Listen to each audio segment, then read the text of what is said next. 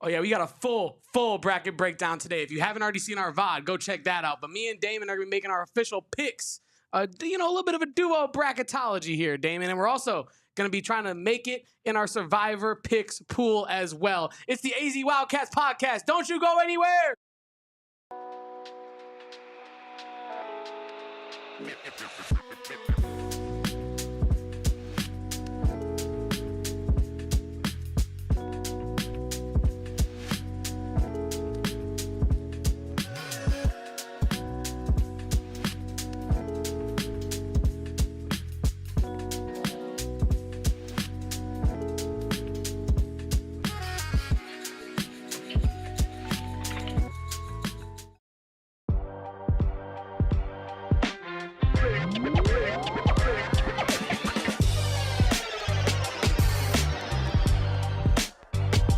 Welcome in, guys, to another episode of the AZ Wildcats Podcast. I'm your host, Damon Fairall, with my guy, Kevin Thomas.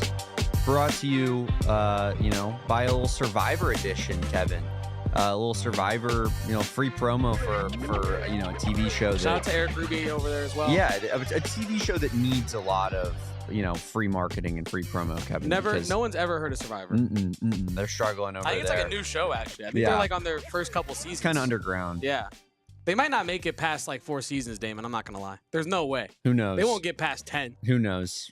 I really don't, Kevin. Like you don't know what works with people anymore, but I do know that we are filling out a bracket today on the show, Kevin. And we will also be giving our Survivor picks. Teased it the last, last 2 shows now, Kevin, including all the way up to Sunday. We are going to be doing a head-to-head Survivor picks for each round, me versus Kevin. And we are still deciding on what the stakes may or may not be. I threw a little, wrench into the equation yesterday with my CLB heart into our haircut. And Kevin's still pretending like that's something that he doesn't want. It's not an act. No, certainly. And every time that you say it, it doesn't make people think more and more that you're just trying to convince us of the opposite.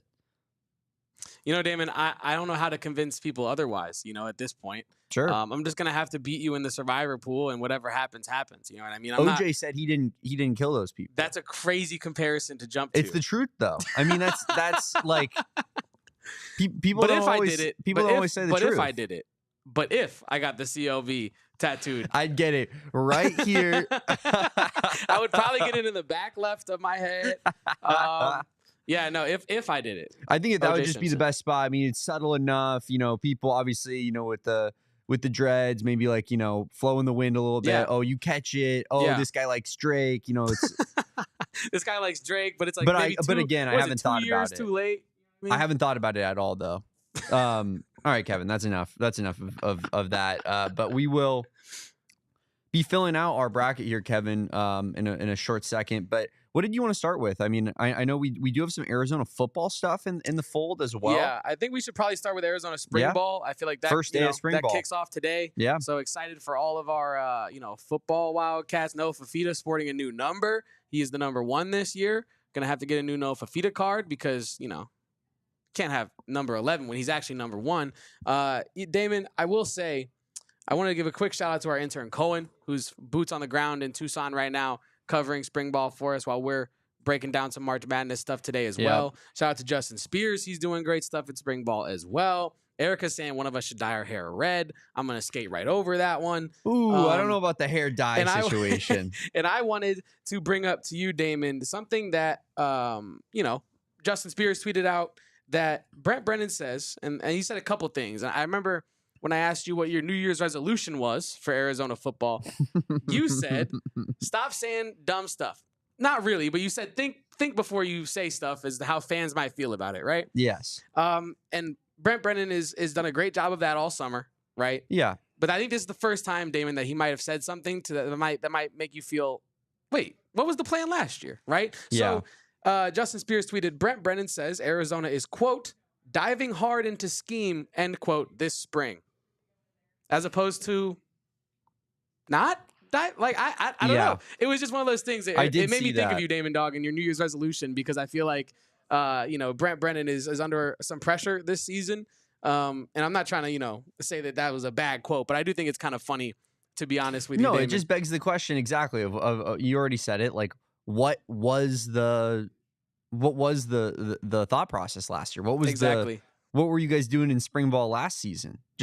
Were we just hoping good vibes were going to carry the team to 10 W's, Kevin? Yeah, I mean, I think honestly, the power of friendship. Not everybody's the Arizona Diamondbacks. I think honestly that if we had Brent Brennan here today on the show, I think he would probably say something along the lines of, we dove as much as we could into scheme last year, but ultimately we also had to bring in new players. We had to supplant some players that left. We had to make new there was a lot of, I'm sure he would explain, correctly as well, I might add, that there was a lot of other responsibilities he had to take on as a new hiree, as the head football coach of Arizona, Damon, that I think maybe prevented him from diving as hard into scheme maybe as he would have wanted to, and maybe that's why Dino Babers' offense looked the way that it did. But Seth Dagey, we know he's a football lifer. We know he's a watch film in the shower kind of guy. I don't think he's going to just let this offense not be schematically sound, Damon Dog. So yes, while the quote was funny, I also wanted to say, there may be some reasons as to why last year he actually couldn't dive hard into the scheme.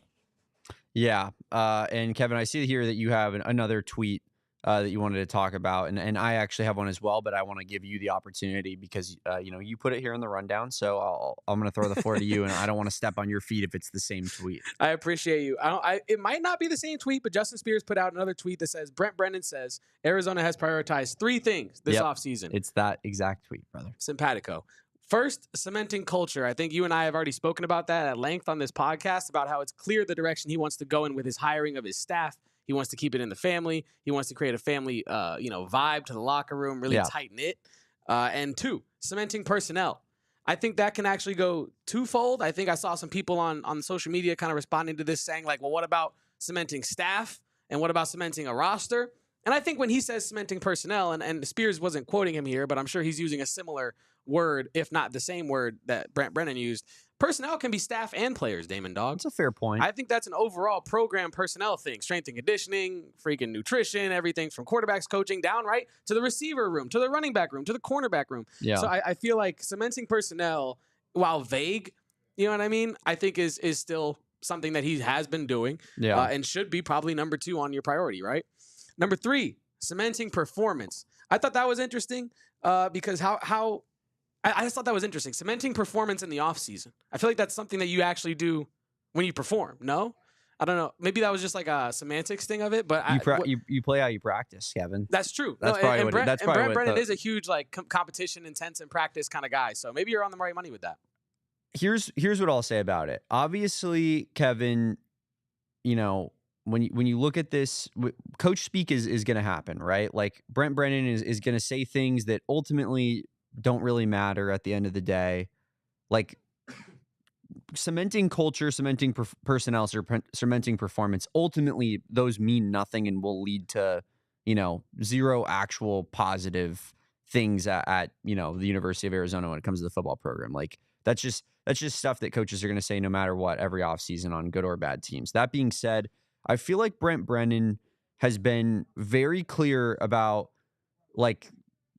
since the end of the season and him being brought back and the announcement of that, it's almost seemed like the first thing out of this coaching staff's mouth is always like, we didn't do a good enough job last year. It's on us. This coaching staff didn't do their job, right? And this is the first time where it kind of felt like it was maybe back to a little bit of finger pointing. And I understand what you're saying about the cementing personnel could absolutely be taken in a staff context as well. I think that's fair. But it also is somewhat of a gray area in a step away from what the message has been, Kevin, which is, man, we screwed up last offseason and last season, and we have to do what we have to do to fix it as a staff, which has been, I think, the main message. So, I'm not saying that he intended it as like a finger pointing thing, but I think that this is like the first time in a while where I've kind of taken a step back and been like, wow, is Brent Brennan, kind of inching away from the like, oh, it's on us kind of mentality that they had the whole time. But ultimately, again, it's coach speak. It doesn't matter. Greg Thompson put here in the replies made me laugh. Cementing meaningless platitudes, which I thought that was pretty funny. Yeah, But no, I think that's hilarious, actually. Damon. yeah, But I mean, it doesn't mean anything. But yeah, I'm not gonna get mad about it. It opened my eyes for a quick second, Kevin. I was like, oh, that's interesting. That's not kind of how he's been talking for a few months now. But yeah, spring ball obviously started today. Like you said, our guy Cohen Kinney, he's out there and providing all that coverage for us. Boots on the ground, especially in a basketball dominated time of year, Kevin. Yeah. Important to have somebody out there. So shout out Cohen for that. And yeah, I don't know that there was like a bunch of news out there at spring ball today. Not yet. I wouldn't say yet. I think they're going to hold some sort of media something maybe later. Yeah. Some sort of press conference that Cohen will also record, and we'll get that up to our YouTube channel as well for all you folks at home that might not be able to attend that. But Damon, I wanted to make a real quick response to what you were saying about the staff thing. I mean, I guess I didn't even realize Noah changed his number. That's kind of a big deal. That's what I was saying. I was saying I got to get a new Noah Fafita card. Like I didn't even get an 11 card yet. Yeah, now I got to get a 1. Now I got to get 2. That didn't even register for me. Yeah, that's interesting. Noah Fafita number 1. That's cool. One last ride. You know what I'm saying? Yeah. And then Justin tweeted 9 minutes ago. Justin Spears tweeted that the theme under new offensive coordinator Seth Dagey is going to be explosive plays. Kevin. Boom. Love that. Boom. I love that. No, you know how Joe Talk about Salavea, explosives, brother. you know how Joe Salavea ends all his videos on social media. And if you haven't watched Joe Salavea's videos for like when he wakes up in the morning, he's doing like his runs with the staff or with the team or just out and about in Tucson, he always ends it with something like encouraging, like let's have a great day. Boom. And he like punches the camera. And I'm just like, oh, I'm ready to run through a wall. Big Joe, I'm ready. And so, yeah, Damon, I think... we would add that to your game here at PHNX, Kevin, but I'm pretty sure Shane Diefenbach, head of production, would fist fight you UFC style to the ground if you touched one of our cameras here. Yeah, no, we would have to put up like some sort of plexiglass, like how they do in the NHL for the penalty box. You know, I have to be in a box here, Damon, where I could just punch my way in and out of it. You know what I mean? But no, real quick on the explosiveness thing, I love that. Like I know a lot of the discourse last year was this offense was directionless. Yep. It didn't really have a rhyme or reason for what it was doing. It felt at times like, it was just roll the ball out there and figure out how to get some yardage, right? Yeah. I love that there's a mission with this offense. There is a purpose. There is a feeling of we know who we are, right? And I love that because what was every Arizona fan saying last season? Can we just get one explosive pass? Can we just get one 20-plus yard bomb? It was so unwatchable, Kevin. It was horrible. So I love that Seth Dagey's coming in here saying, hey, we're going to try to win first and foremost, but if we do lose, we're going to look exciting doing it, and we're going to make it competitive. You know what I mean? They're just going to go out and be explosive. I love that. First down, 2 or 3 yard carry by Conley. Second down, either that or, short throw, and then it's third and 6, third and 5, and Fafita is under pressure and little funnel screen, gets sacked or has to throw the ball away. That was the MO of the offense, just zero ingenuity. I expect a lot different with Seth Dagey, especially. And here's the thing that gives me confidence in Seth Dagey, Kevin. And this wasn't exactly our plan to go on this tangent, but I want to take it here.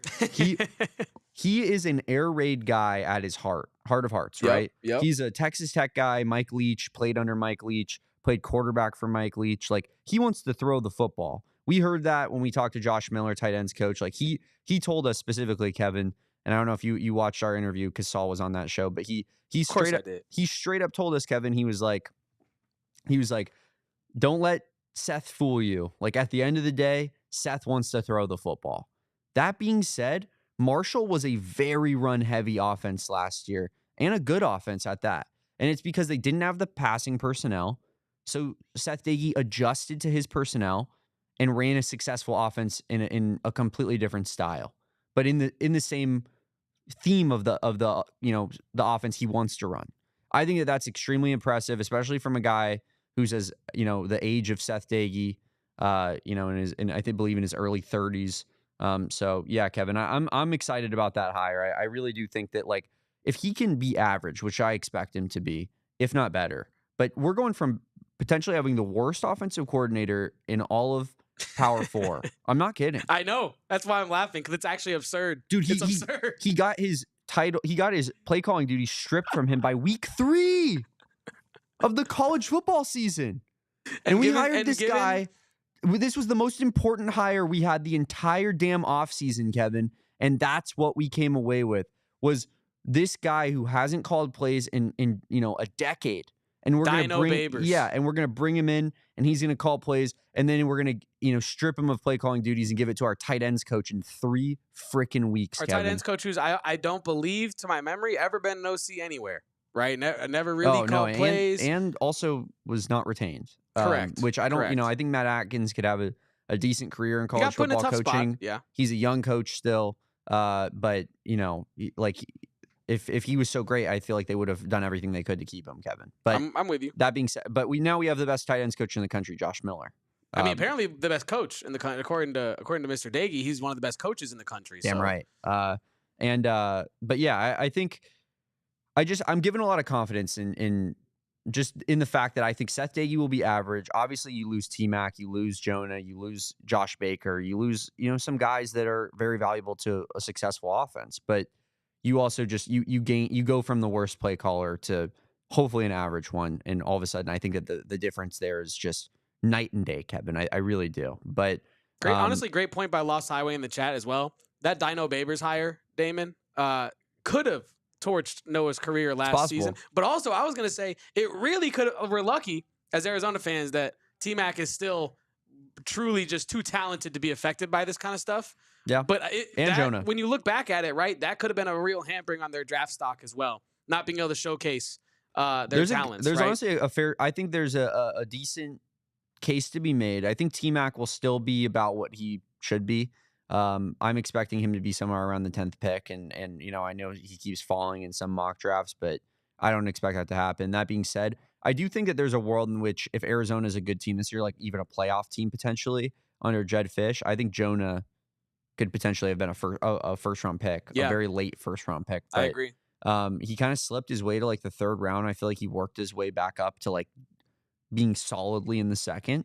So that's where I'm expecting Jonah to go right now. But I do think there is a world in which Jonah goes first round. Maybe Takario goes first round as well. Who knows, Kevin? I mean, maybe T-Mac actually gets the Biletnikoff that he really deserved anyway. Oh, I mean, I think that's a fact. I do think he gets the Biletnikoff. If you're in the chat, thank you so much for being here. We appreciate everybody. Lost Highway, Javier, who doesn't like a coach on campus, I think. No, he loves Seth Daggy. He does love Seth Daggy. Oh, did he? Yeah.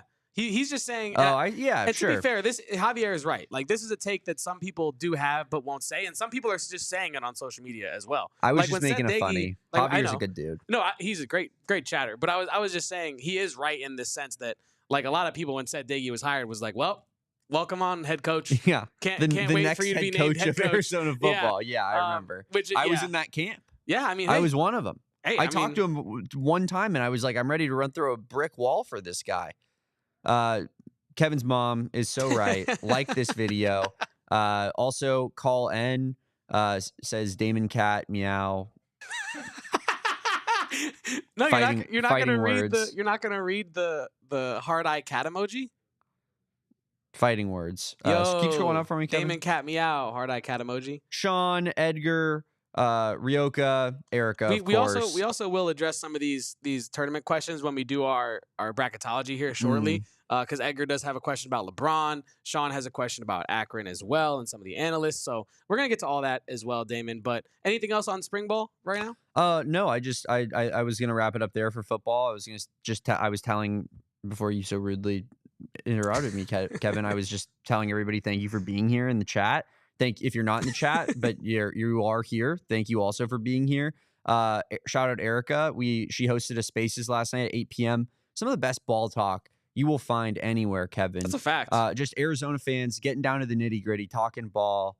No drama, no outside stuff. Just straight, just getting down to business. Bring the briefcase. Just Wildcats talking Wildcats, man. Yeah, and it was a beautiful sight, Kevin. Shout out to Tyler Warden, Kobe, Ben Berger popped in there. Like he took his chat day where he was on fire brought it to the spaces and just did not let up all day. I mean, you talked about volume shooter.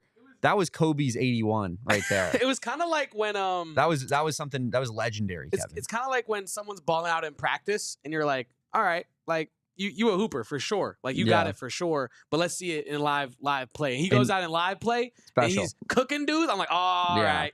All right, we got a baller on our hand here. We got a baller on our hand here. Mike W. Yes. Out there, another follower and mutual that we have, Kevin. Yes. Good dude. So yeah, everybody, if you were in the spaces, shout out you guys. Shout out Erica for putting that on. Like this video if you're here. Yeah, Kevin, we're gonna get into our live bracket. We're gonna talk some of those Akron questions that we had here in the chat. And we're gonna do so right after the break here on the AZ Wildcats podcast. Well, Damon Dog, one thing I wanted to talk about today was our friends over at Spinato's. Spinato's Pizzeria is honestly, Damon, probably the best spot where you can watch Suns basketball because the Suns have not been the best this year. But Spinato's is bringing it every night, unlike Bradley Beal, because they makes deliver those great losses pizza. feel better. It does when you can fill your face with delicious Spinato's pizza. Yeah. At Spinato's Pizzeria, the best place for a Suns watch party. You can watch it with the dancers, the gorilla. And you can also, if you got a little jumper on you, you can also play their little horse competition that actually you spell out pizza instead of horse because, got to be on brand there as well with that. So make sure to go over to Spinato's, the number one place to watch the Phoenix Suns and also the number one place in the Valley just to get a nice slice of za. You know what I mean? I love their pepperoni pizza for sure. I'm a big pepperoni pizza guy. Just classic pep. You know what I mean, Damon Dog? So get all the info on watch parties and pizza basketball contests at SpinatosPizzeria.com. Spinato's, the official pizza of the Phoenix Suns and of PHNX. If you live in the Valley, you know that there's a Circle K, a stone's throw away from you, as I always say, Kevin. Literally, like you could walk out of your wherever you are and just throw a rock in any direction. You're probably hitting a Circle K because that's how many there are in our great state. And that's why, if you're not already, you should become a member of the Inner Circle reward system because it's so easy. You can download the app right now, sign up in like 5 minutes. It's that simple. You can also sign up at the pump, and here's what it's going to get you. 25 cents off per gallon on your first 5 fill-ups, 3 cents off per gallon every fill-up after that until you become a premium member. Kevin, how are we doing on that premium membership? We're doing good. We're working our way up, Damon. We're working our way up. Still not there yet. Working our way up. And until you do so, I will look down upon you, Kevin. I am a premium member. I get 5 cents off per gallon every time I fill up at the pump. And it is a beautiful reward. It truly, truly is. Circle K, they also have all the great rewards, Inner Circle, on all the products that you'll find there, whether that's stuff on the rollers, the snacks, Kevin, the energy drinks, the waters. Inner Circle Rewards has everything. And it's just a great way to save money. So sign up now, download the app for free. And terms and conditions apply at participating locations. Visit CircleK.com for details. Well, Damon Dog, real quick, I did want to mention you did pull out a tweet in our pre-show prep to talk about T-Mac as well. This is true. Because he did run his 40, and it was an impressive time. I believe it was 4:48 was his time in the 40. Kevin, I'm now realizing that when I said you so rudely interrupted me, you were trying to set me up for a tweet graphic that I brought in. I was trying to actually lob it to you. And now And then you caught the lob, brought it down, and looked at me petulantly like, why'd you pass me the ball? You were open. And I was like, brother, I was trying to give you a highlight. You know what I'm saying? I looked at you, and then I like handed the ball to the other team, and I went, what are you doing? That was a mistake on my part. I inbounded it to you, and then you laid it up in our opposing basket. I could have let that go and just kept going, but I just wanted to say, hey, hand up. That was on me. I'm at fault there, because that's what leadership is, Kevin. And that's why we salute you, Damon Dog. Yeah. Yes, of course. So I grabbed a tweet from Trevor Sikkema, who I talked to at the NFL Combine, and Trevor Sikkema tweeted this on T-Mac. If you're not following him, go give him a follow. He's one of the best draft analysts out there, if not the best, at Tampa Bay Trey. Works for PFF, doing big things. He says, what if Tet McMillan, which obviously it's T-Mac, we know this, but what if Tet McMillan was a 4.55 guy and good at football? What if he was a 4.4 guy and great at football? But he's saying, because there's obviously been, there's been T-Mac ran his 40 yesterday. We talked about it a little bit, Kevin, but there's been some differing reports as to what he actually ran at first. Jordan Schultz came out and said it was a 4.48. Then Albert Breer came out and said there were people that hand timed him 4.52, 4.55. And et cetera. So I think Trevor Sikkema was just trying to say, like, if you ran a 4.55, it doesn't matter. He's still an incredible football player. Like, and so I think that's just kind of the point I wanted to portray here, Kevin, is T-Mac he's not his ability to run 40 yards in a straight line is not what's going to make or break his NFL career. I've seen some like N'Keal Harry comparisons. So disrespectful. That's disgusting. So disrespectful. Ruby, you're right there. Do you hear that, or does he have headphones? No, in? Ruby has AirPods in. He's locked in. He's preparing for Suns. I think he's probably watching Bradley Beal injury highlights. I think even our ASU guys would find that pretty disrespectful. No, and I N'Keal think so Harry too. was incredible in college, but T-Mac is a different level, man. And he's also just like, we know T-Mac for a fact. Kevin has his head screwed on right. T-Mac is a dude who just wants to win. He's a team player. Brent Brennan He's a likable guy. At spring ball. He represents. He's going to represent our school. We know at the next level at like, the absolute best that you possibly can from like a personality standpoint and whatnot, likability. So yeah, I mean, I think T-Mac is going to be a great football player. I don't really care about what his 40 time is, but if he ran a 4.48, which we initially thought and talked about on the show yesterday, that would be unbelievable for him. And that's. Like that wasn't shocking to me, but I definitely am like it's also like good news, I guess I would say, Kevin. But I would agree.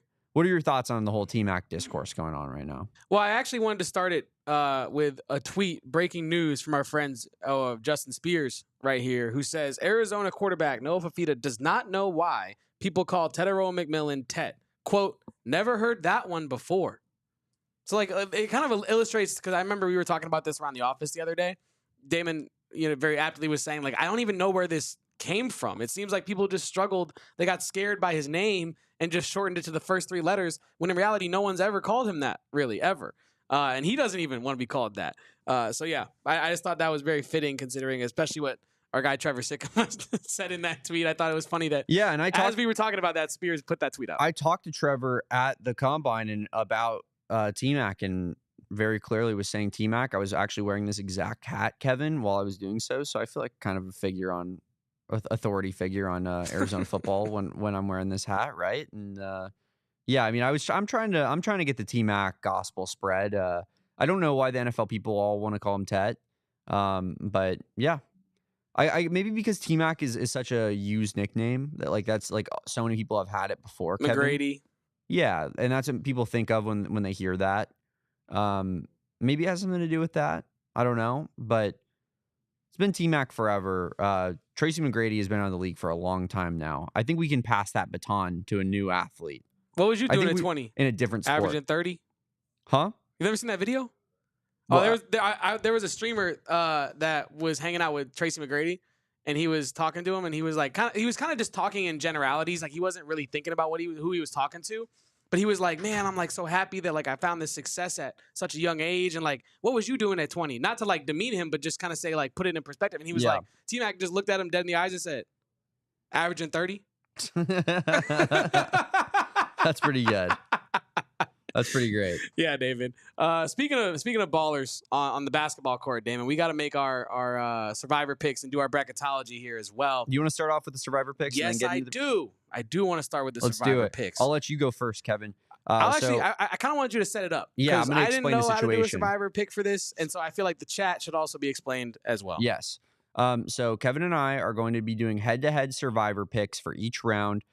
So what could that be? Up to eight rounds. Yeah. If we win every matchup that we pick before then, we're going to pick one game. First 2 rounds, this is how parameters we've set. Obviously, like any survivor pool, you can't pick the same team twice. So once you pick a team, that team is crossed off the rest of the tournament. You can't use that team anymore. Also, first 2 rounds, Kevin and I are taking 1 through 4 seeds off the table. So no 1 through 4 seeds, only 5 through 16 seeds are available to us, Kevin.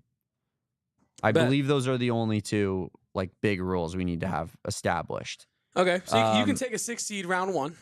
You could take a 6 seed round 1. You could take a 5 seed round 1. But those obviously we know that 12 and 11 matchups are matchups that those teams lose often. So I think that's what adds the extra wrinkle there. But now that I've kind of explained it, Kevin, I'll give you first pick at this. I have 2 in mind. So if you take mine, I will be able to kind of pivot to my next one. But I'm going to go ahead and pass the rock to you. Who is your lock survivor pick team for round 1? Stakes on the line, Kevin. My lock survivor pick, round 1, stakes on the line, unknown stakes on the line, which I think actually might make it more intimidating because you don't know what the hell could go down if you get your first one wrong. But I'm pretty confident in this one, Damon. Mm-hmm. I am a man who is loyal to my soil, if you will, right? I love the places that I am from. I claim St. Louis as my home. I claim Tucson as my home. I claim the state of Arizona as my home. Not so much the entire state of Missouri, but I will be claiming the University of Missouri. MIZZOU. Go Tigers, folks. The number 6 seeded Missouri Tigers are going to rout the number 11 seed Drake Bulldogs. The hell are they? They're the Bulldogs, right? Yeah, I think so. I think MIZZOU gets it done. Dennis Gates has completely had a masterclass this season considering last year they didn't win a conference game. And I was texting a bunch of my Mizzou buddies being like, what the hell is going on? Because they had such a strong year before, recruiting-wise and everything. Dennis Gates was building the program up. He completely retools the roster in the transfer portal. And now he's doing this in his post-game interviews. And I love the idea of taking Mizzou with my first survivor pick of the 2025 March Madness tournament, Damon Dog. I like it, Kevin. I brought this pick up potentially to Totri, Anthony Totri of PHNX Sun Devils, before we hopped on this show. He looked at me and said, "What else you got?" And I was like, "Oh my God." So he hates it. I don't hate it. That means I think love it's it. solid. Well, yeah, because he doesn't know basketball. An ASU guy doesn't know basketball at all. He's never watched good basketball in his life. No, he doesn't. He wouldn't know good basketball if it hit him smacked him right in the mouth, Kevin. But as you say, Drake, very slow team, I believe, Kevin. They want to just kind of bleed you out. And Mizzou, good offense, kind of a fast pace offense, I believe. I could see that contrasting style leading to kind of a blowout of sorts, potentially, Kevin. Also, real quick, I wanted to mention 6th ranked offense in the country for Mizzou. Yeah, Mizzou is also 15 in KenPom. Arizona is 14 in KenPom, just to kind of put that into some perspective as well. Drake is 58th in KenPom. So I know, I'm breaking it down to some really fundamental math here. But if you don't think a team at Arizona's level would lose to Drake, you shouldn't think that Mizzou would lose to Drake. I think Arizona's a lot better than Mizzou. But I'm saying in terms of analytics and just if you're previewing a matchup, there's levels to this. And if Mizzou handles business the way I think they should handle business, Drake should be sent home this weekend, Damon Dog. Drake just doesn't lose to anybody because they don't play anybody, but they have 3 losses all year. They are the 2nd slowest team in the country, Kevin. And as I said, Mizzou is 6th in offense. Really, really good offensive team. Drake also tempo. They're not the fastest, so I feel like Mizzou can maybe go into the half court with them a little bit, and I could see this being a big win for Mizzou. Yeah. Also, one last thing: if you are Anthony Totri and you are worried about my bet, Drake has defeated Kansas State. They have defeated SEC school Vanderbilt. I don't think Vandy's really on the same level, but that's a top 50 KenPom school. And that's really their most notable victories as well. But those are 2 tougher teams for a team like Drake to beat. So they're not pushovers. But I do think, again, if Mizzou is who we think they are, they should handle this, and I should not be having any sort of punishment this early.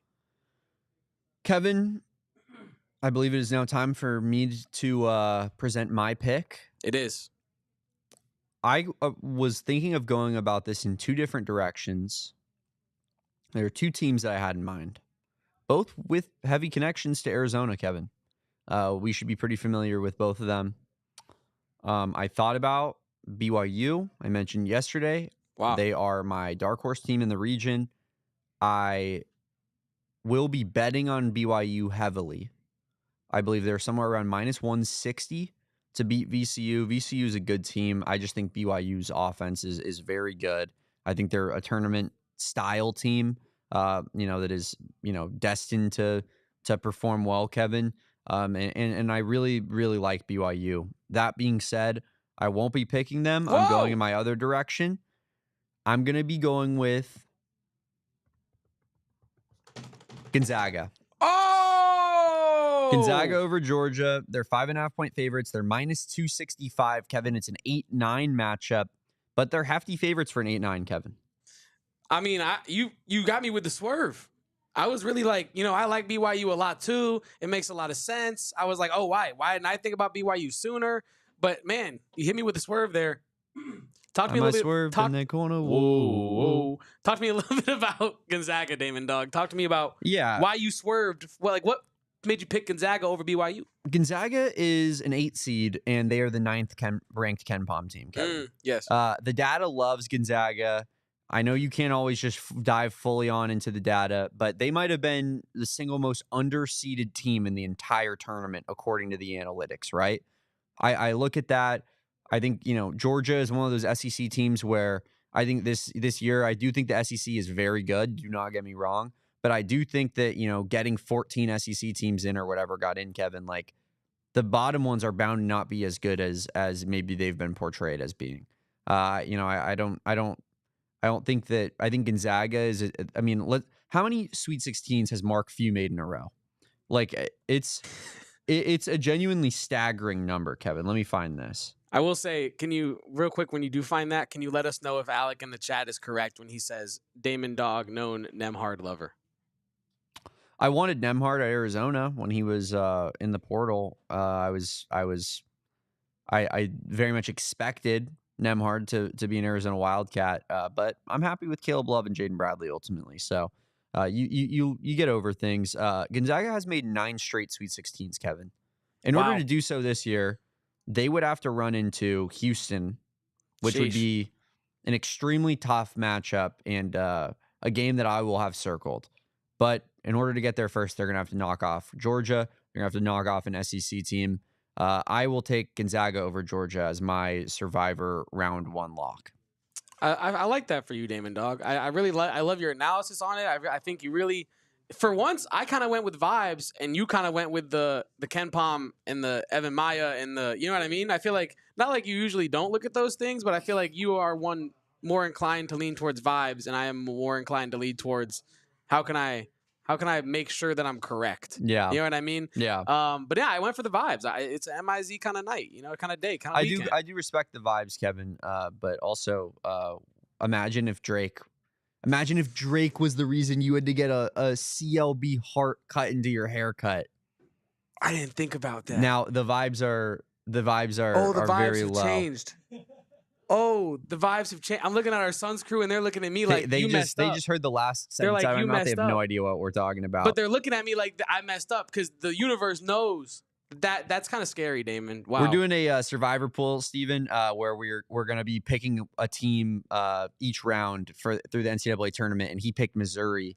And we're thinking of stakes to do, and one we were thinking of was doing a CLB heart that we had to get into our haircut somewhere, and Kevin picked against Drake right now. So I'm thinking that the vibes are pretty low for our guy Kevin here going into this one. But yeah, how coincidental, Kevin. How interesting. Yeah, Kevin doesn't feel good about this one, guys. We actually do have to get into our bracket and do our live bracket, Kevin. And we will do that on the other side of this break. Hopefully, Kevin has figured out his little mental breakdown he's having here. Drake? No, not Drake, not the Bulldogs, nor the rapper. We are talking about my friends over at Mando, Damon Dog. You know I love our friends over at Mando. During the summertime, you got to stay, you got to make sure that you have your hygiene all sorted, Damon Dog. And one way to do that is our friends over at Mando.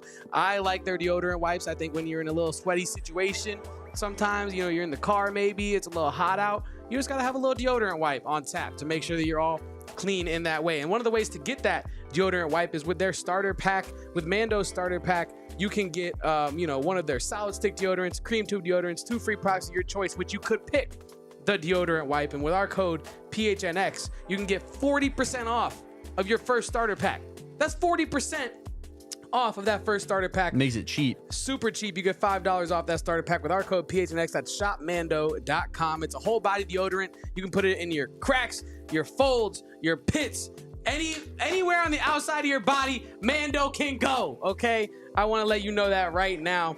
They are safe to use, clinically proven to control odor better than the shower with soap alone. 12 hours after a shower, usually you're kind of smelling like an average of 5 out of 10 grossness. But with Mando, you get an average of 0 out of 10 nastiness with Mando. So make sure to go over to shopmando.com, shopmando.com. Smell fresher, stay drier, and boost your confidence from head to toe with our friends over at Mando.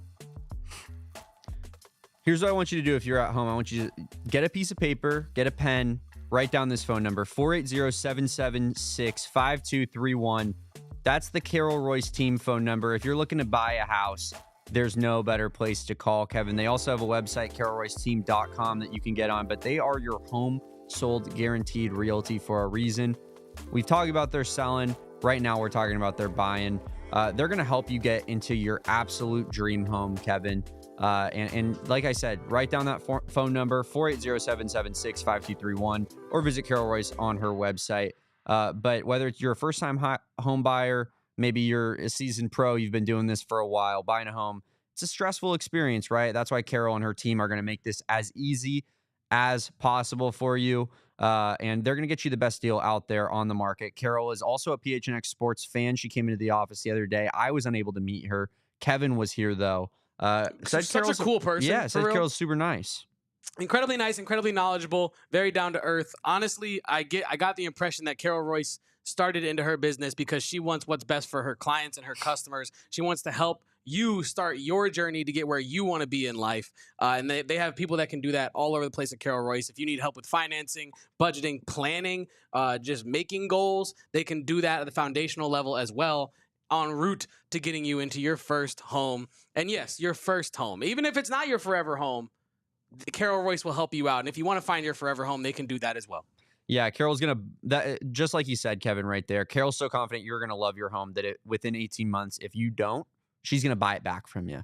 That's why it's the home sold guaranteed realty, but it's also, she's also guaranteeing that you're going to love your home that she, helps get you into, or she's going to buy that back from you for the price that you got it for. So, or if you want to sell, Carroll will buy your home for cash. But always remember to call that phone number, 480-776-5231, or visit Carroll on her website. If you're ready to find your dream home, take the next step, call Carroll Royce, or visit Carroll online at carrollroyceteam.com. That's carrollroyceteam.com. Terms and conditions apply. Well, Kevin, we've teased it long enough. Let's get into our live bracket, reveal, showdown, bracketology, Kevin, however you want to put it. We're gonna talk about it. Where are we at? We're over here. We're gonna start over here. Oh, in the South region. Are we not doing the both of us on screen? Oh, I think we are. My bad.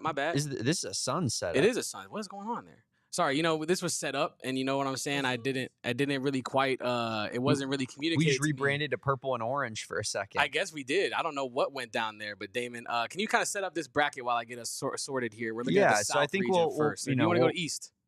Yeah, we'll start off. We'll start off in the South, I think, Kevin. Same way that they revealed it on the show, on the Sunday selection show, and we will go from there. I'm thinking that we knock out 2 regions here in about final 20 minutes, maybe soft close, knock out the last 2, and call it a day here on the AZ Wildcats podcast, Kevin. I think that's a great idea. But it looks as though we are potentially struggling to find. There we go. We found it, Damon Dog. We have found the bracket, my guy. We have found the bracket, and we are Kevin. We are going to move over to our bracket. Bang! We have it. Man, Damon Dog. That's massive, Kevin. That is absolutely massive. Sometimes you just wake up and you got your A game, and sometimes you got your B+ game on, Damon Dog. And today, we got the B+ game, Damon. My question is, was it just difficult to see in the little scene preview thing you got there? It was very difficult to see. It was very difficult to see. Understood. Pulling the curtain back, I didn't want to lean too far forward and just do one of these. Mm-hmm. But I kind of felt like I needed to. Understood, brother. We made it into the bracket, Damon Dog. We made it into the bracket. We are now here, Kevin, and we will start it off with the Auburn game at the top here. I know a lot of people have been going the other way on this one, Kevin. I'm gonna stay here, and I'm gonna go against the grain. I think we go Auburn winning their first round matchup, number 1 overall seed. Are you sure? Yeah, just no. A lot of people have been saying differently, but I'm gonna stick with Auburn. I'm big on the Alcorn State. You know what I mean? I'm big on them, or Alabama State, whoever ALST is. You know what I'm saying? now things actually get a little bit interesting, Kevin. This is really And, interesting. and by the way, how did you want to do this? How do you do your bracket? Do you do each region fully, or do you go I each kind of do first top round? half, bottom half, if that makes sense. I do like this what we're looking at now is what I would do, and then we would move down to the bottom half of the like north and west regions. So we would do south and east, and then north and west. But how do you do it? You would go fully of both those regions? Yeah, I would. I would get all the way down to here. Huh. I mean, clearly you do it a different way. Let's do it how you do it. How do you do it? Well, I mean, I'm open to two options, but that wasn't one of my two options that I was open to. So that's why I'm saying, huh? Like, I think you either fill out, you go south region down to the next one, whatever that region is, up top to back to the east, do that one, and then go down again, and you fill out region by region, or you just go first round all the way down, other side first round all the way down, second round left side, second round right side, and like that. Let's go left side all the way down, right side all the way down. Okay. I mean, just go round by round here? Yeah, let's do it. Let's do it that way. All right, that's fun. Let's do it that way. This is going to get interesting with Louisville and Creighton, Damon. It is. I think it's an interesting matchup. Louisville, another one of those teams that was, I think you could argue was extremely underseeded, Kevin. I think they were like ranked 10th in the country in the final AP poll before the tournament, Kevin. I believe so, yeah. And they're an 8 seed, which is pretty remarkable. But Creighton, also not a team to be scoffed at. They got second place in the Big East tournament. It's a major conference in college basketball. I realized that I actually said Power 4 the other day when referring to basketball, but it's Power 5 in basketball still. So Creighton, yeah, second place in a major conference. Kevin, what way are you leaning here? I'm actually pretty open to either way. I'm leaning towards the underdog Creighton here, mostly due to I feel like I really believe in the coaching over there. And I also believe that experience and bigs are huge in the tournament. And Ryan Kalkbrenner has been in Creighton, I think, since 1835. So I feel like his just industrial knowledge of what it's like to play in a tournament is going to be huge. But I'm also terrified of Chucky Hepburn, man. He's hit some big shots this season as well. He just hit another one, I believe, in the ACC tournament. That was off the turnover. That was an insane situation. He made a little floater. But yeah, I'm leaning towards Creighton and their experience and Stephen Ashworth and Ryan Kalkbrenner's 1-2 game. How do you feel about that, Damon? I am fine with that. If you're leaning Creighton, like I said, I'm open to either one on this one. And I will say that if you're in the chat here and you have any sort of opinion, you got a hot take or something you want to get off, let us know. I got the chat monitoring for us right now, and I'll throw in everybody's opinions. We want to make this a collaborative process, Kevin. But yeah, let's go with Creighton. Creighton in the South over Louisville. See you later, Chucky. Michigan. And Alec, my guy Alec makes a good point here in the chat. He says it's in Lexington, Kentucky. Louisville got underseeded, but they're essentially playing home games. Oof. So does that change how we feel about this statement? It kind of does. Now I kind of want Louisville. Yeah, now I also kind of want Louisville. Man, all right, we're gonna. Yeah, this is bracketology, right? And I might want Louisville next round. Just a little sneak. Wow! Whoa! Yeah, in Lexington. Whoa! All right. Here's one that's interesting. I think a lot of the analytics love UC San Diego, Kevin. Michigan just won the Big Ten. I'm not a big fan of the Big Ten. I think it's a joke of a basketball conference, but it is a major conference and they won it. And they've really picked up their season as of late. So, I think UC San Diego is a trendy pick. It's a 5-12. People love 5-12 upsets. I think we go the other way on this one. I think Michigan beats the crap out of UC San Diego. I'm leaning towards being with you on this, Damon, but I also am scared of picking against Aniwaniwa Tate Jones. Mm-hmm. That's a name Hall of Famer. I think we got two to add: Supreme Cook and Aniwaniwa Tate Jones. That is maybe name of the season. I think that is up there with Federico. Aniwaniwa. It's just fun to say. I can see our guy Noah just like kind of saying that to himself in the office. You know what I mean? He would just say that. Yeah, he'd be sitting on his desk saying that. Like if you call Noah, he might just pick up and say Aniwaniwa Tate Jones. You know what I mean? And as Noah in the background says it, because it's totally something that he would say. But in all seriousness, Damon, I do think we have to go with Michigan here. UC San Diego is kind of a trendy pick right now. Mm-hmm. I think while there are some analytics that might go with UC San Diego, I am going with the big power conference here in Michigan, Damon Dog, as well. Let's do it. As we move down, we get Yale, who is 13-1 in the Ivy League this year. We know Ivy League teams are, very dangerous when it comes to the tournament because of the way that they play basketball. Lots of threes, very analytics driven, and sometimes it works out for them, the contrasting play styles. They're playing SEC Texas Tech, who is a really, really good team this year in the SEC, Kevin. I honestly, I know I didn't want to play Yale at all. I very much did not want to play Yale as Arizona. I think that is a little bit of Princeton PTSD to an extent, though, because I think that an Ivy League school to Arizona's particular current style would be, a very difficult matchup for this squad. I think that this is different, though, for a Texas A&M team that, like I said with the SEC, SEC teams are pretty highly ranked offensively. I mean, Texas Tech 44th, so not super high ranked, but I think Texas Tech is just going to be too good for Yale. I'm going with Texas Tech here. Damon, I think we have our first disagreement. You want to go with Yale? I kind of do. I feel like I'm fine with it. I feel like it's a matchup that kind of sets up, if Texas Tech doesn't play their absolute best, Yale could win if they do. Because what Texas Tech doesn't excel in is I think they might be the worst, but I know they're one of the worst shooting teams in the SEC. And not only that, they don't shoot the free throw. They don't shoot free throws very well. They get there, but they don't make them. They shoot 69.6% from the line as a team. And I feel like, oof. Yeah, and I feel like the way they're Yale plays, 317th in 3-point percentage. Exactly, and I feel like the way Yale plays, the way they can shoot the ball, they're gonna play a solid fundamental game. I just feel like Yale. This is an upset. You talked brewing me into here. it. Let's do it. This is an upset brewing for Yale and Texas Tech there. You talked me into it. Let's do it. We move on to our next matchup here: Ole Miss versus SDSU/UNC. I mentioned this on another show, Kevin. I feel like the team that has no business being there, that gets in and everyone's so angry about, is destined to at least win one NCAA tournament game. Whether that's just the Dayton game, the first 4 game versus SDSU, I actually kind of don't really care because I think SDSU also has a good shot of beating Ole Miss. I'm taking the upset here. I think it's going to be UNC, and I think that they beat Ole Miss here in the first round. I also think it's going to be UNC, and I also would pick UNC to beat Ole Miss. I think Ole Miss at times when they're on, they look like one of the better teams in the SEC. But we've seen at some of their worst losses this year, some of the chokes at home that they had as well. If Padula is not able to, be his facilitating best, if their shots aren't falling, Ole Miss is not a very highly contender kind of team, not a very high contender kind of team, Damon Dog. So I agree with you. I think it's going to be UNC, and so I'm very much inclined to take the 11 seed here. Let's do it. Moving on to the next matchup is an interesting one, Kevin.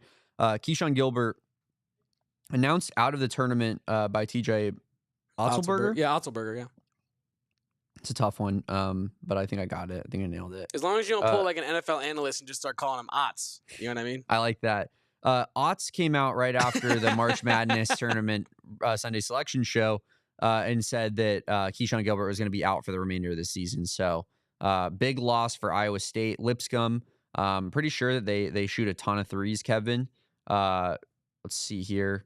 Give it a quick They do. All 5 starters have made at least 33 pointers this season, Damon. Damn. Yeah. Lipscomb, not very highly rated overall, but 46th in 3-point percentage, 22nd effective field goal percentage in the country. They don't turn the ball over at all. I think Lipscomb is an interesting matchup, especially with a guy out in Keyshawn Gilbert. But at the end of the day, this spread is 13.5, Kevin. And I don't think we overthink it here. I think we just go with Iowa State. Totally agree. I think Iowa State's just a deeper, better, more talented I think it'll team. hurt. I think it'll hurt Iowa State as they get deeper into the tournament that they don't have Keyshawn Gilbert. It might hurt them against UNC. We can talk about that in a little bit. And we will talk about that. But as we move on, Marquette versus New Mexico.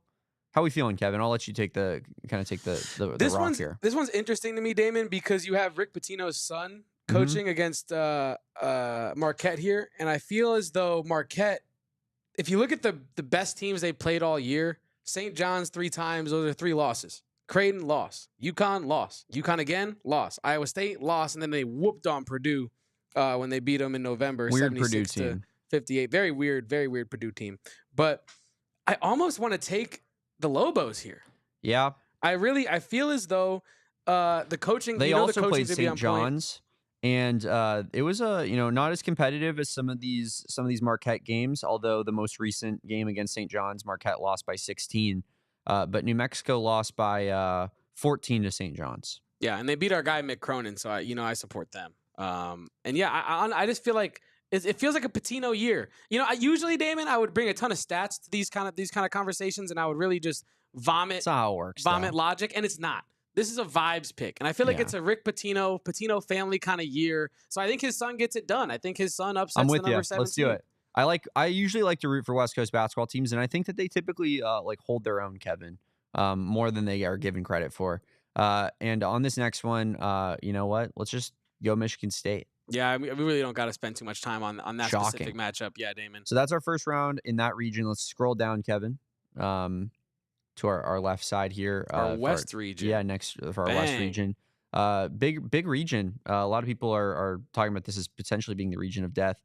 Similarly to Auburn, I know a lot of folks are saying Norfolk State, what a squad, upset alert, Cinderella story brewing. I'm going the opposite. I think Florida is the play here. Florida's certainly the play here, Damon. Just too strong, too good. Like, I mean, they're Norfolk State, man. Hot takes. Hot takes. Norfolk State is not good enough to beat Florida. I know. Next matchup's interesting, Kevin. UConn versus Oklahoma. Oklahoma, extremely streaky team, right? Like they were 13-0 to start the year, then were bad to start SEC play, then kind of rounded out, I think, into form at the end of the season. UConn, two-time defending national champions, obviously not as good as the last couple of years. I think we are gearing up for a UConn-Florida heavyweight matchup in round 2, Kevin, that could potentially be like the nationally televised game. I think UConn wins this one. And I think that the round of 32 game versus Florida is going to be an absolute dogfight. Look, Damon, again, I'm with you on the Oklahoma being very streaky thing. And I also think that this is the time of year, man, where when UConn, who's had an up and down kind of weird season expectations wise, and it's hard to win twice in a row. It's even harder to come back and do it a third. You know what I mean? Yeah. It's just a difficult, long, grinding road to do.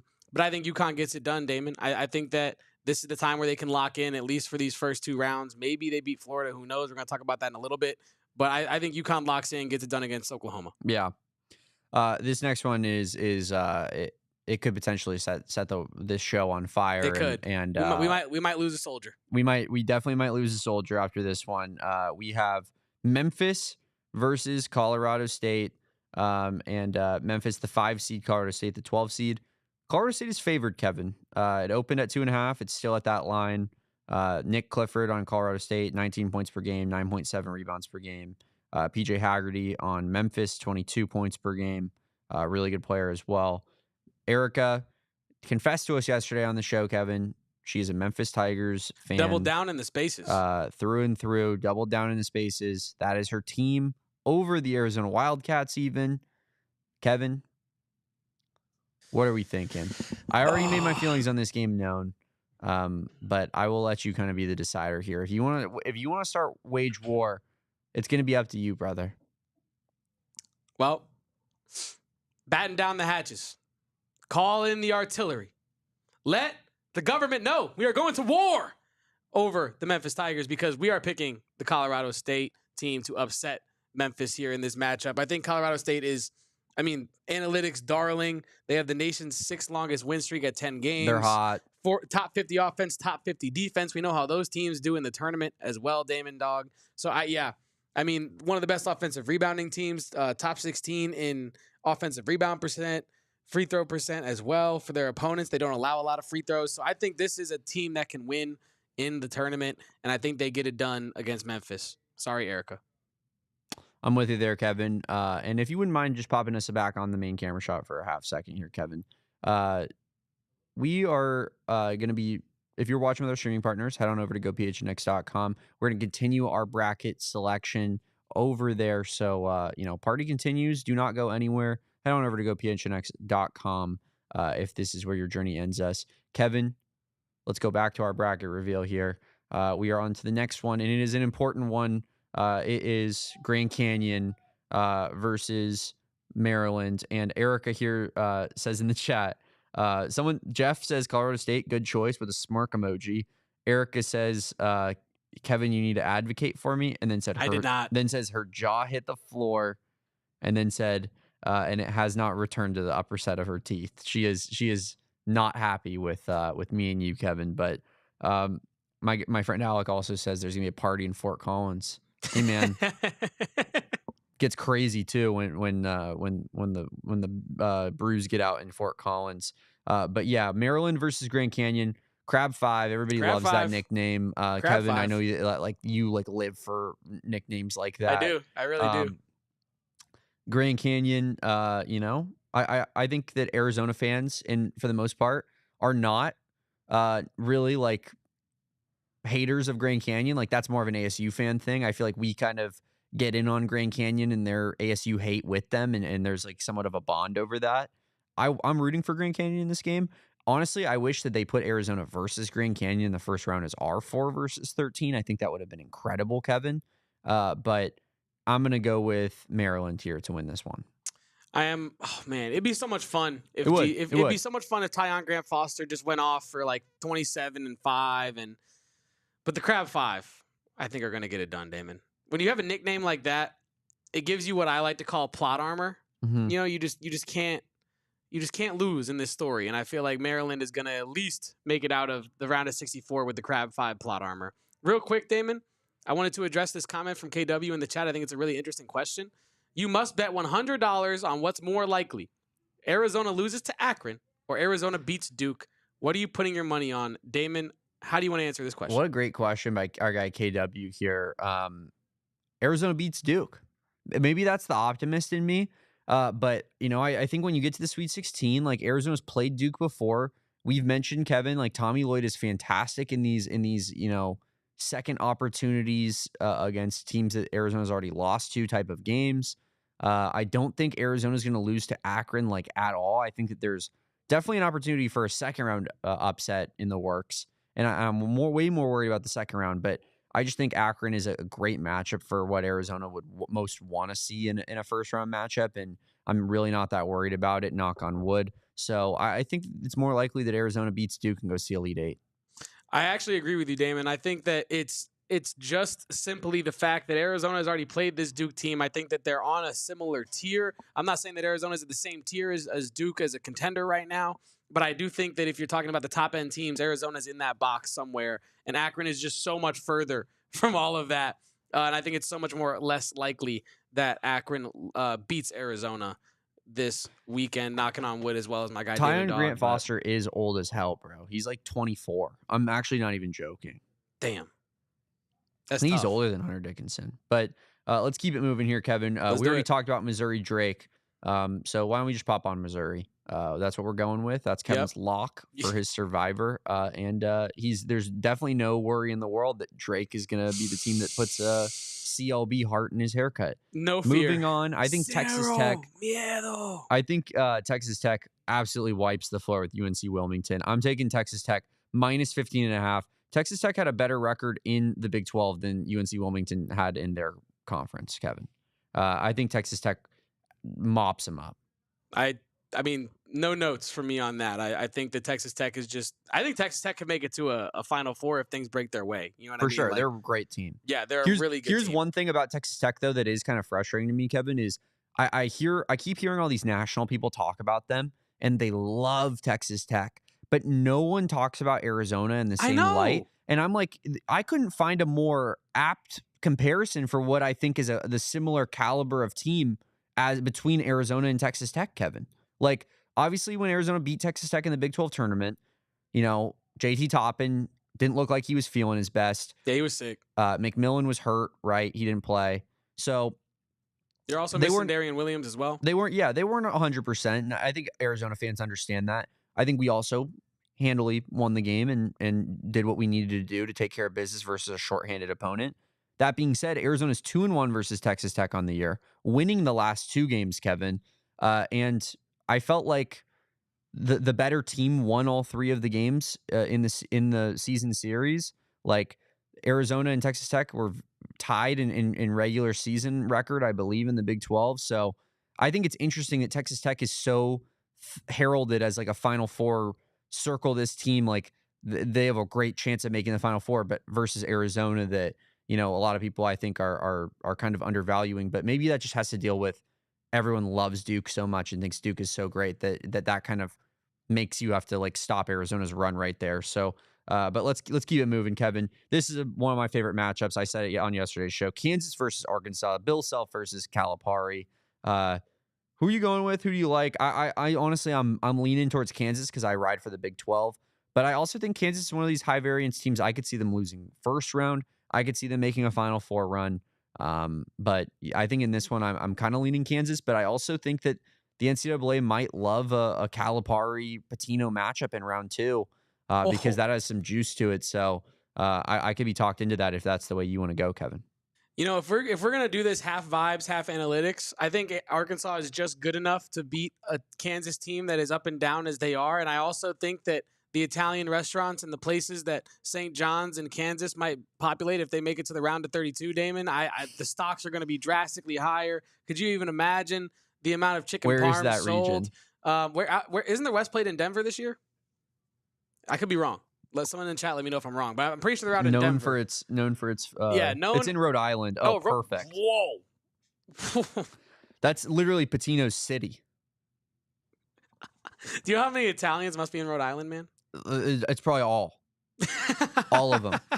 So yeah, I feel like we almost have to go Arkansas here just for the sake of that matchup. Even though I feel like Kansas is the better basketball team, and I also think Bill Self's probably a better coach. Boogie Fland is playing, by the way, for Arkansas, so they'll be getting back a little bit more healthy. I'm fine with it. Let's go with Arkansas. Let's go with St. John's. Let's have a crazy matchup in round 2. Bang! Hope my Boogie Fland McDonald's All-American card can increase some value this here tournament, Damon. So are we flipping to the other side of the bracket here? We are. Okay, let's do it, Kevin. We're going with Duke. Yeah. Surprisingly. Shocker there. Part of me was like, hey, American, Hey, Mount St. Don't sleep. Why are you sleeping on Mount St. Mary's? How much of a true patriot are you? It's time to put your USA card on the table. But I guess we're going with the devil instead. Mississippi State, Baylor. I like Baylor.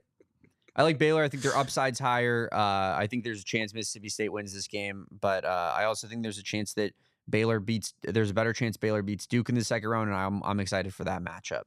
Damon, I agree with you. I think, we do have to remember the Big 12 is the toughest conference in the nation. Whether or not you think it's the best, it certainly is the toughest, right? And I think that will bear itself out in some of these matchups.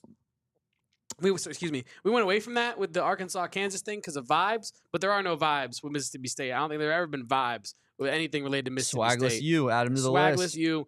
So we're going to go Baylor here, and then we're going to move on into this matchup, and I think, are we going to differ on this, or are you siding with me, Damon? I'm going with you. Let's go Liberty. All right, let's go Liberty. Let's rip into it. And then, I think Liberty's a horrible matchup for Oregon, the way that they want to play basketball.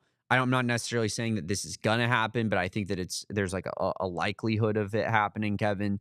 And so I'm riding with Liberty. I think it's a fun upset alert. Yeah, and then as we kind of got to pick up the pace here, because we got more picks to make. Totally. Damon. Arizona wins. Definitely. Arizona wins. BYU or VCU. You picked BYU. Yeah, let's go BYU here. Wisconsin, Montana. Yep. John Tonje gets it done. This next one's interesting. It is really interesting, actually, this one. St. Mary's versus Vandy. I could go either way. I almost want to go St. Mary's to kind of prove that they belong at this kind of tier. 17-1 in conference, St. Mary's. Crazy. This year. Yeah, beat Gonzaga twice, I think. Lost to them once in the most recent in the championship game for the conference. Here's some interesting results for Vanderbilt on some West Coast basketball stuff. They lost to Boise State by 2. They lost to Utah State by 7. They lost to Gonzaga by 7. Oh wait, no, that's St. Mary's. Sorry. I was like, wait. Utah State, Boise State, Gonzaga. Vanderbilt. They mostly lost to all the good SEC teams they played, essentially. I'm kind of down to go St. Mary's here. Okay, let's do it. Alabama, Robert Morris. We're picking Alabama. I'm assuming in that one. Hot take. And then we move down to the Midwest. Houston over SIU, Edwardsville. Yep. Gonzaga, Georgia. You are picking the Zags. We're gonna pick your survivor pool pick. I find this next one pretty interesting as well. Yep. McNeese is 7.5 point underdogs to Clemson, plus 270 money line. McNeese has been unbelievable all season long. Clemson, pretty good team. I think a lot of people really like Clemson. Clemson lost to Memphis earlier. Shout out Erica. Something to think about. McNeese played Alabama to an extremely tough game, Kevin. They also lost to Liberty. They also lost to Santa Clara and Mississippi State. So how are we feeling about this matchup? Real quick, I did want to mention that we were remiss to not bring up Paulus Morauskas as well in all of this with our talk earlier. So yeah, we would love him on the team. Yeah, we would love him on the squad as well. But oh man, this is tough because McNeese kind of feels like a darling that everyone loves that just isn't going to make it very far, right? Doesn't it feel that way? Like the vibes of it just feels like everyone's in on McNeese. That's how it felt last year for me with McNeese. I feel like it's carryover almost. I could see it. That's kind of how people have been about Drake too, right? But I think this year Lestain's really worn off. So that's where you kind of have to maybe be a little bit scared because I think finally people are like, Drake's not going to win anything.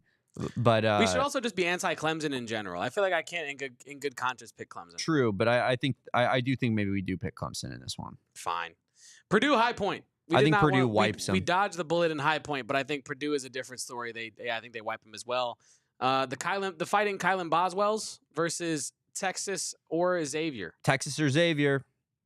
Bang, bang, bang, bang. Kentucky. I don't know if you've seen these type of stats, Kevin. Illinois shoots 1 million threes per game. That's like their MO is how many 3-pointers they shoot. That being said, their percentage is not great. They're really not like an efficient 3-point shooting team. They kind of just spam threes, which, we know our guy Kylan Boswell is not the best 3-point shooter in the world or highly efficient. But yeah, Kevin, they're 316th in the country in 3-point percentage. But they shoot a hell of a lot, my guy.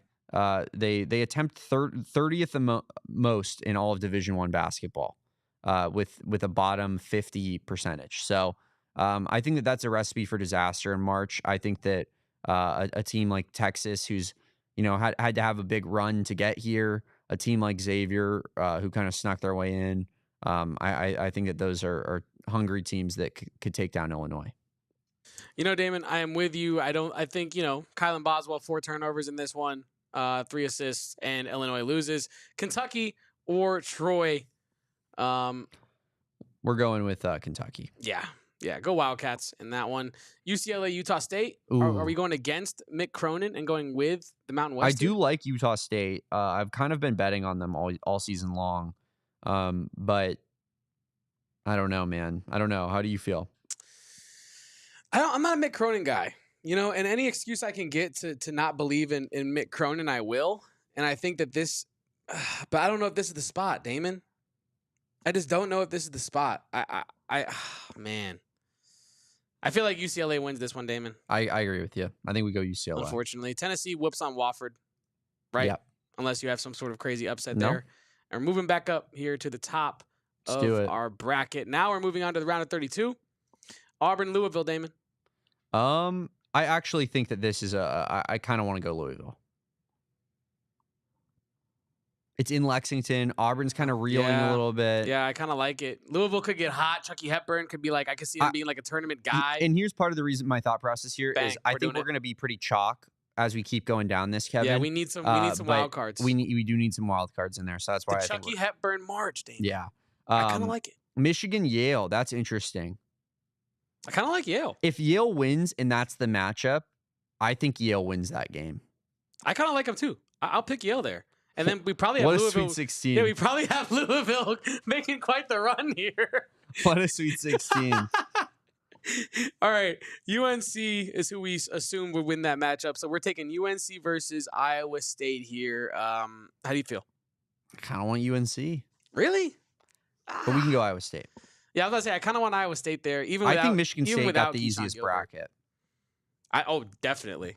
Michigan, Steven's fist pumping over Steven's here. going crazy. But I think Michigan State does have the easiest bracket, especially if they get our bracket that we're currently giving them, because they're going to advance to face Iowa State there. Moving down to the West, Damon Dog. Erica gave us a bruh. I don't know exactly what it was about, but I saw that as well. She did give us one a while ago. I saw that I think as well. Florida beats UConn. Everyone hypes themselves up that UConn's about to take down a 1 seed and that their tournament experience. I think Florida beats them. I kind of like that. It's kind of been, like I said, an up and down year for UConn. I feel as though this is kind of where they get caught up, where the rubber meets the road, so to speak. Colorado State versus the Crab Five. What do you think? I don't know. Crab Five. Okay. Crab 5 is going quite the far way, Damon. I don't know if you know me, but the Crab 5, I don't even know. But here's the thing about Maryland is they have like no depth on their team at all, right? Like they're okay, fair. Aren't they an extremely like shallow team? And we would need a shakeup in this side of the bracket, Damon. I know. That's kind of why I'm talking. We're talking myself through it. Crabs are dead. Crabs are dead. They're 315th in bench minutes. In the country. I'm killing the Crabs. Damn, we're killing the Crabs. We run Colorado State to go to the Sweet 16 now. Wow. I mean, look, this is what we've done. These are the decisions we made. Yeah. I mean, unless you want to go back to Maryland. No, I'm good with it. This is fun. We're having a good time. We are. Colorado State in the Sweet 16. I think we make this simple. I think your Tigers die here. I think Texas Tech moves on. And then I think it's St. John's over Arkansas. I think Pitino beats Calipari there. As we pop back up to the other side, Arizona's region, we have Duke Baylor. I'm going to go Duke. Okay. I think Baylor has an opportunity to win this game. Same. But I'm going to say that Duke gets the W here. Duke. And then Liberty Bibbity versus Arizona. We're going to go Arizona. I know that's Damon's favorite commercial right now. And honestly, Damon, I know you're happy that Arizona is going to beat Liberty Bibbity here because I got a bone to pick with Kevin, too. That will be the last time that you'll hear it once Arizona beats them. Kevin started doing this Liberty Bibbity thing. I didn't start it. The company did. And he started doing it with the Liberty Flames. That's what you started it with. Yeah. And then now he's infected. He went to the Spaces last night. He infected the fan base with it as well. And now no one else can get it out of their head. And as I asked Kevin to please stop doing that around me, not only did he not stop doing it, he also made other people start doing it and make it a thing in this fan base. So you could say it's one of the big contention points between me and Kevin in the history of this show so far. But yeah, I think we're gearing up for a Duke Arizona final Sweet 16, and I think that's going to be electric. BYU Wisconsin. I like BYU. I do as well. I think Alabama kills St. Mary's. Agreed. We're moving down to the Midwest. They beat them by 35 points, whatever that spread is. Take Alabama. Oh, we're rolling now. Houston, Gonzaga. Ooh, I think Gonzaga versus Florida versus Auburn versus Duke. I love all those matchups. But for some reason, I just think that Houston is just too damn good, Kevin.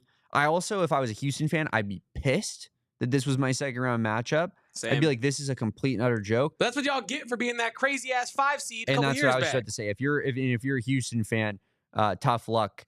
You were a 5 seed, as you know. Kobe was talking about it, and I know I talk about it all the time, Kevin. I say it's the most underseeded team I've ever seen in my life. Kobe brought up like some stats yesterday in the Spaces, and was like, basically like that Houston team was like 8th in KenPom, was a 5 seed, and we played them in San Antonio. Yeah.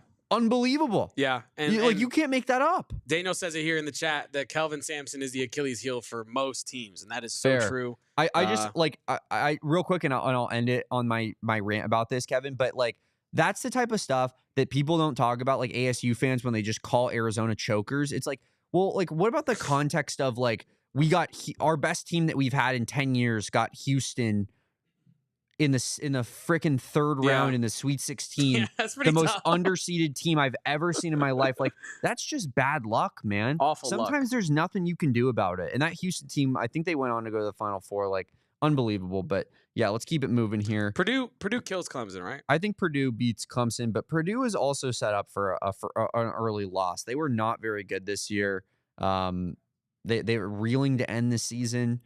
I actually kind of am talking myself into Clemson. But I'm not really like someone said it in the chat. I think it might have been, I don't know who it was, but someone said in the chat that they're not really big on Clemson. I'm not really big on Clemson. I'm not either. I'm not big on the ACC, but I'm big on 10. Braden Smith.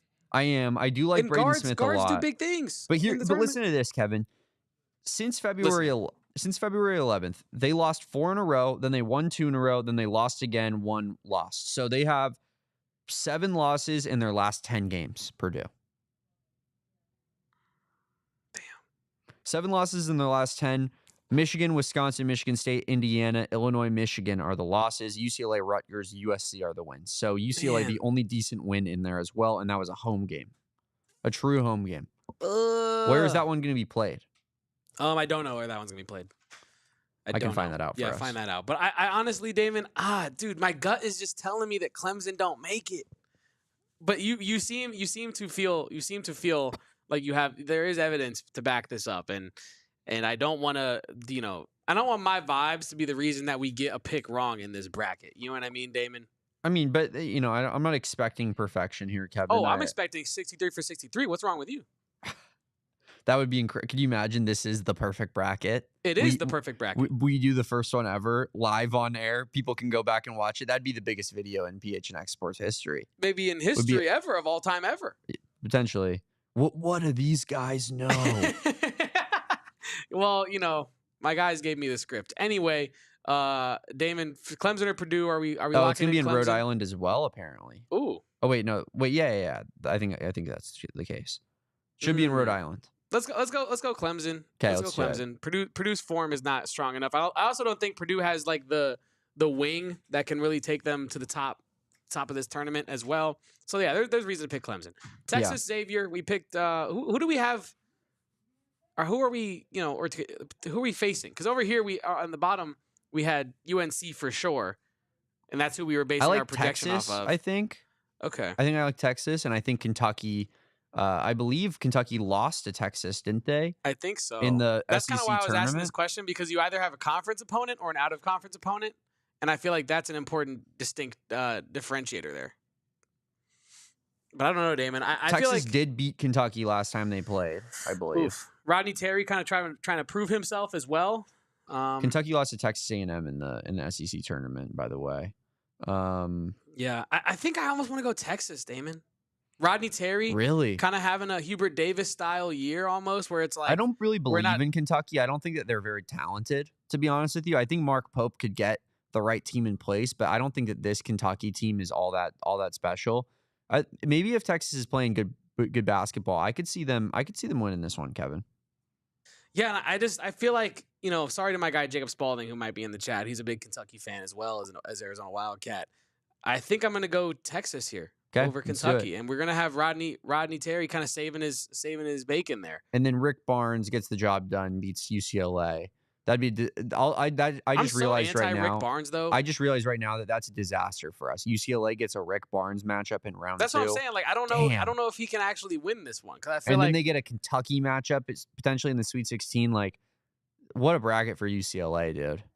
Yeah. Wait. So are we picking? We're picking Texas though, right? Yeah. Okay, bet. Are we picking Tennessee? Tennessee as well. Okay, bet. Moving back. So up. Our Sweet 16, Kevin: Louisville, Yale, Iowa State, Michigan State, Florida, Colorado State, Texas Tech, St. John's, Duke, Arizona, BYU, Alabama, Houston, Clemson, Texas / Xavier, in Tennessee. How are you feeling about this?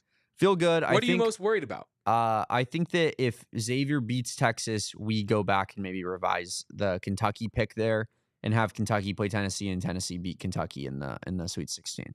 Yeah, I kind of like that as well. We'll audible that, but we verbalized it beforehand. Yep. I think that it's interesting. I mean, we have some. I did call bank. I think we have some. So we have some chalk. We have some matchups that are interesting. Yeah. Like Louisville, Yale, and I think this is turning out to be a pretty effective bracket here.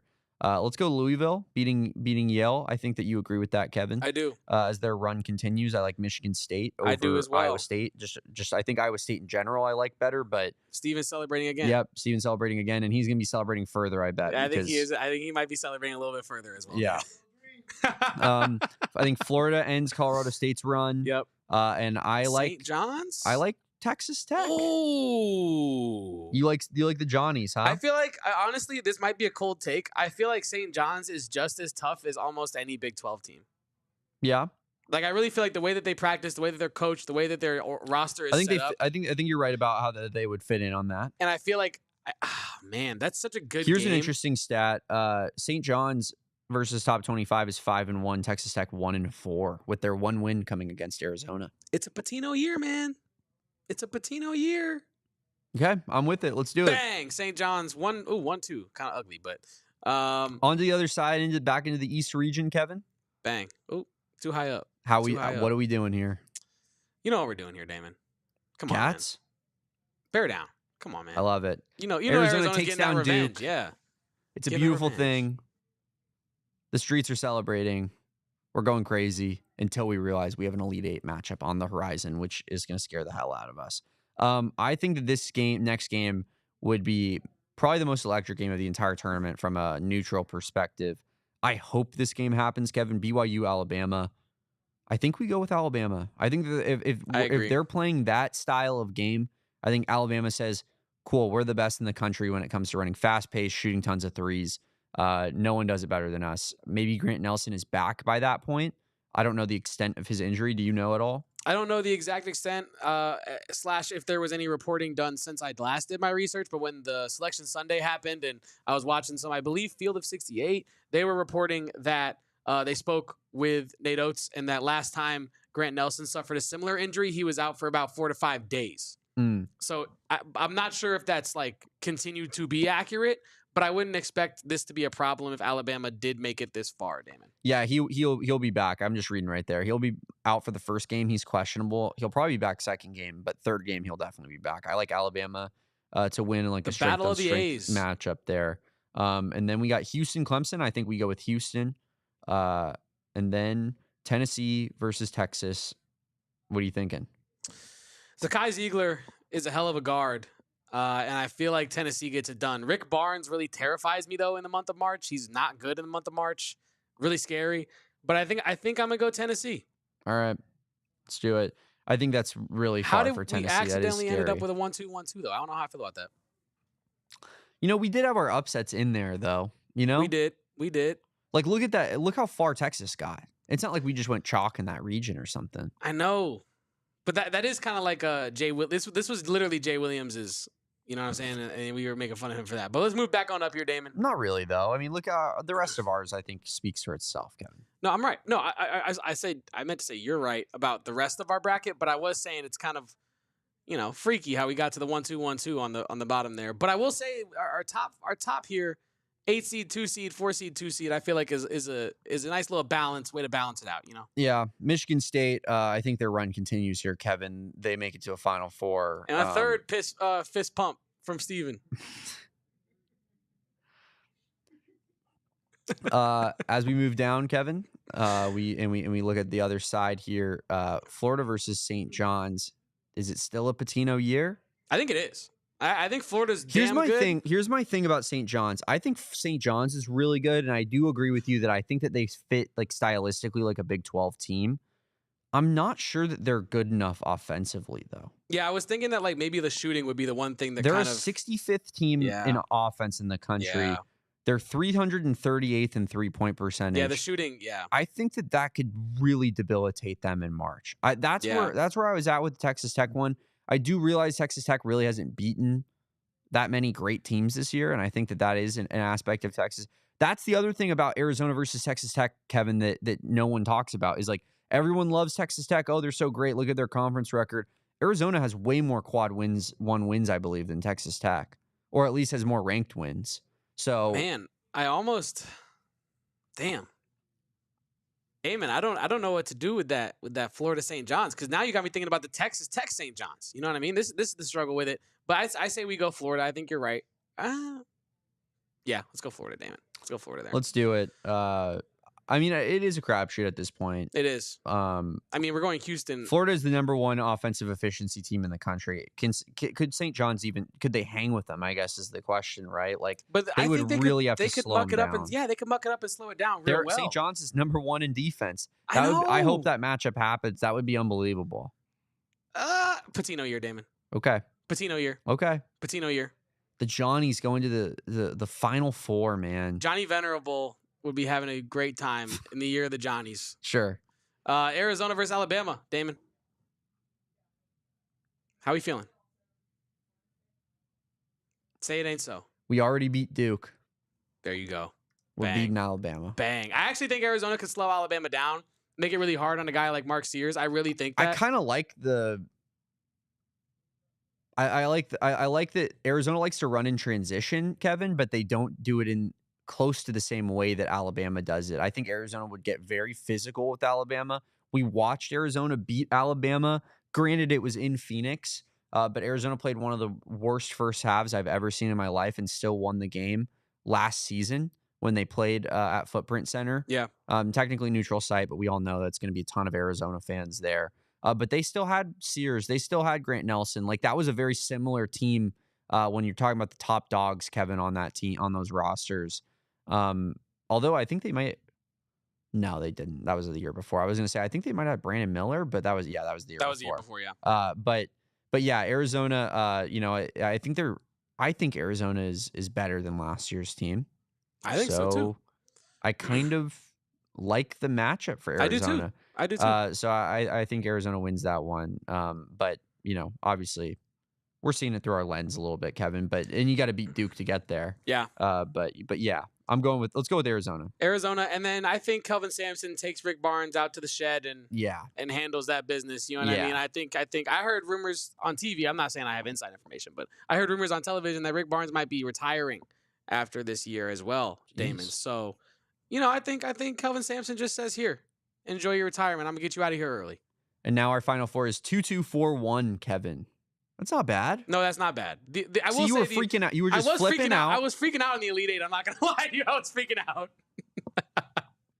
And Arizona gets rewarded with playing Houston for a third time. Kevin, in San Antonio, in the same arena that Houston beat Arizona in last time that they matched up in the NCAA tournament.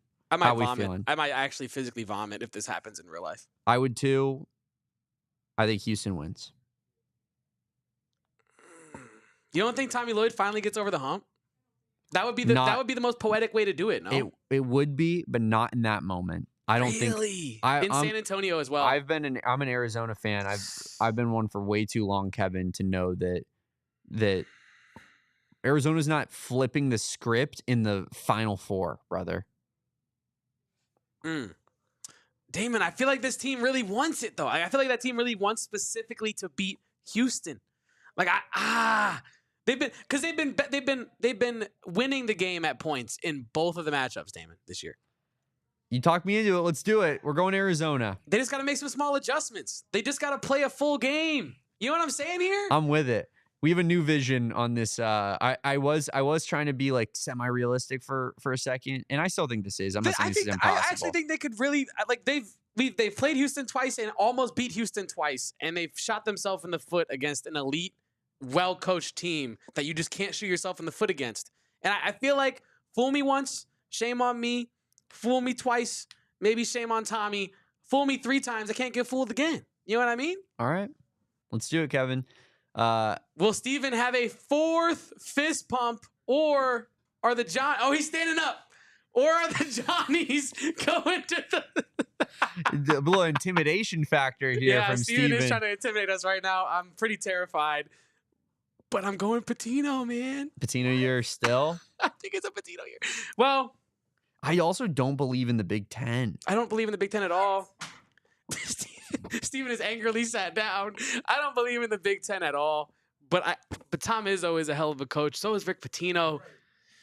This would be a fun matchup. This is like kind of like it would be. This is like there's snow on the ground in November kind of hoop. This is like invitational kind of hoop, but in the best way. We're going Johnnies. Johnnies versus Arizona. What a tournament versus Arizona for the national title. This is what San dreams Antonio, are made of, man. April 7th, Damon.